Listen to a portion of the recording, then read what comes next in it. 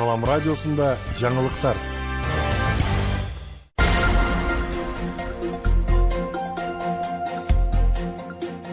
Саламатсыз бардактуу угарман жана көрүүчү, эфирде жаңылыктар чыгарылышы, аны мен Жасмина Сайдиманова тааныштырам. Кызылкаяда жасалма акча менен кийим сатып алган тургун кармалды. Кызылкая шаарында 33 жаштагы тургун ушул жылдын июль айында жасалма 100 АКШ долларын колдонуп кийим сатып алган. Бул маалымат боюнча шаардык милиция жазык кодексинин жасалма акчаны же баалуу кагаздарды жасоо беренесинин негизинде кылмыш ишин козгоп, шектүү жаранга издөө жарыяланган. Шектүү ноябрь айынын башында кыргыз-казак чек арасында ак жол өткөрмө пунктунда кармалган. Учурда убактылуу кармоочу жайга киргизилип, тергөө иштери уланууда. Баткенде алгачкы тарыхый маалыматтар камтылган китеп жарык көрдү. Бүгүн 11 ноябрда тарых илимдеринин кандидаты Абдинаби Кадыровдун Байманалуу Баткен аталышындагы китебинин ачуу аземи өттү. Иш-чарага жергиликтүү бийлик өкүлдөрү, студенттер жана тургундар катышышты.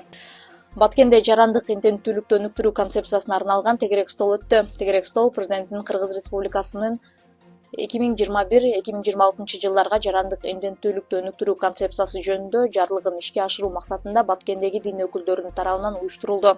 Ага Баткен облусунун казысы Нуриддин Ачи Мамасабиров, Кыргыз Республикасынын дин иштери боюнча мамлекеттик комиссиясынын Баткен облусундагы өкүлү Чагылган Юсупов, Баткен шаарындагы Тенсай багыт окуу комплексинин кыргыз тили мугалими Гүлзат Жалилова жана жергиликтүү аялдар катышты.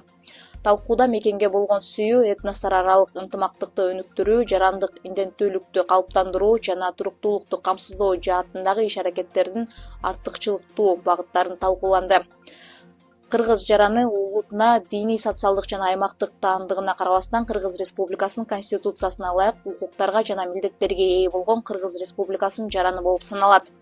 Кыргыз жараны термини Кыргыз Республикасы өлкөсүнүн аталышына келип чыккан жана бардык этностук жамааттарды этностук маданий тиешелүүлүгүн сактоо менен бириктирген жалпы жарандык интенттүүлүктү түшүндүрөт. Бул иш-чара мутакалим аялдардын прогрессивдүү коомдук бирикмеси жана Peace Nexus фондунун техникалык колдоосунда ишке ашырылды. Күндүн маанилүү чыгарылыштары мына ушулар болду. Кийинки эфирден амандашканча саламыбыз түз болсун.